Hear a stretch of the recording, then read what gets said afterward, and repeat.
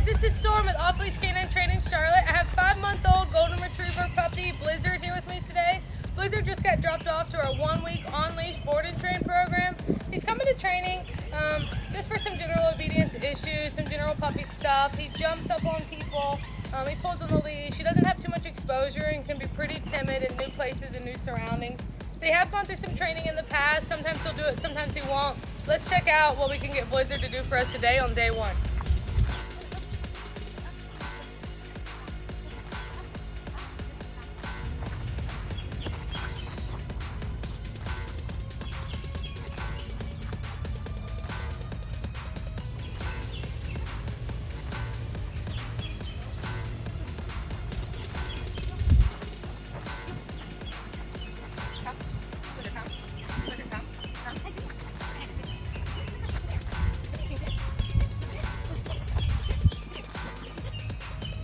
Alright you guys, this is what Blizzard looks like today. Stay tuned to see his progress over just 1 week.